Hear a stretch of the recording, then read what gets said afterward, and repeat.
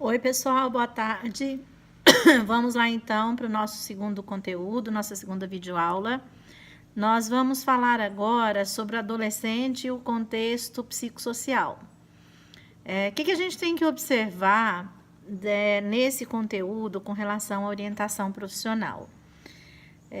Essa fase da adolescência, considerada por muitos de forma errônea, né, a fase da aborrecência, é uma fase muito importante para o jovem e é uma fase também difícil, né? Na fase da adolescência, que esse jovem ele passa por profundas transformações.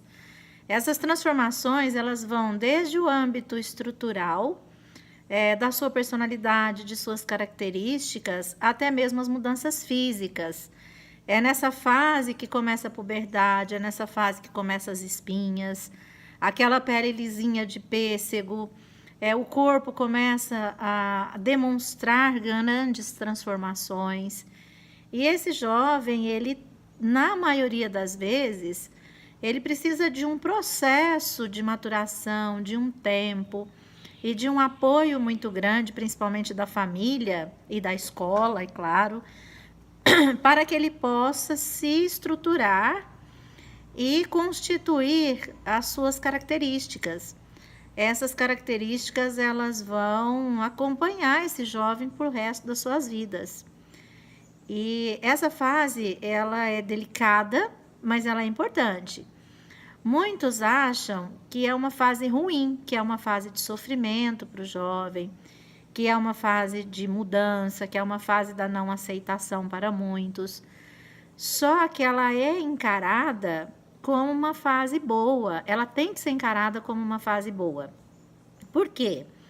Esse jovem, ele vai adquirir o que a gente chama de maturidade para fazer essa transposição da fase de pré-adolescência, da adolescência para a vida adulta. Então, ele começa a ter que se conhecer melhor, ele começa a perceber seus erros, seus acertos, suas atitudes, os conflitos que ele tem. Como que a gente cresce? Né? A gente cresce e amadurece baseado nas nossas experiências, e nenhuma experiência ela vem sem conflito. E conflito tem que ser encarado de uma forma positiva. O conflito, ele leva ao diálogo, e o diálogo, ele leva ao entendimento, que leva à transformação e que leva ao amadurecimento desse jovem. Quando é que essa fase fica ruim? Quando o jovem ele não consegue apoio no seu seio familiar, ele não consegue apoio na escola, ele não consegue apoio na sociedade. Muitas vezes esse jovem se fecha, ele não dialoga com nenhum desses pares. Aí é um momento perigoso, porque a gente sabe que podem surgir ali várias patologias, várias dificuldades, e inclusive influenciar no processo da escolha da carreira. Então, é uma fase importante, é uma fase bonita, mas precisa ser assistida, precisa ser acompanhada. A família, em todo o seu seio, quando a gente fala de família, não estou falando só de pai, mãe e irmãos. Quando a gente fala família, a gente traz lá dos nossos ancestrais. Nós somos um conjunto, né? A gente não pode considerar só os parentes de primeiro grau família. E essa família, ela sofre influência. Por exemplo, um avô, um bisavô, os valores que essa família dão para a educação, para a cultura.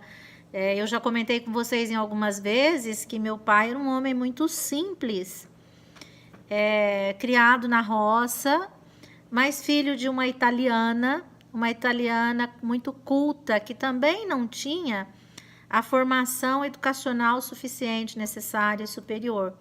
Mas ela tinha uma base, um berço, ela veio de uma cultura europeia, e essa cultura fez dela uma mulher com valores muito fortes com relação à família, às crenças religiosas, independente da religião, e à educação. Então, a minha avó, se não tivesse o que ler, ela pedia para a gente ler bula de remédio.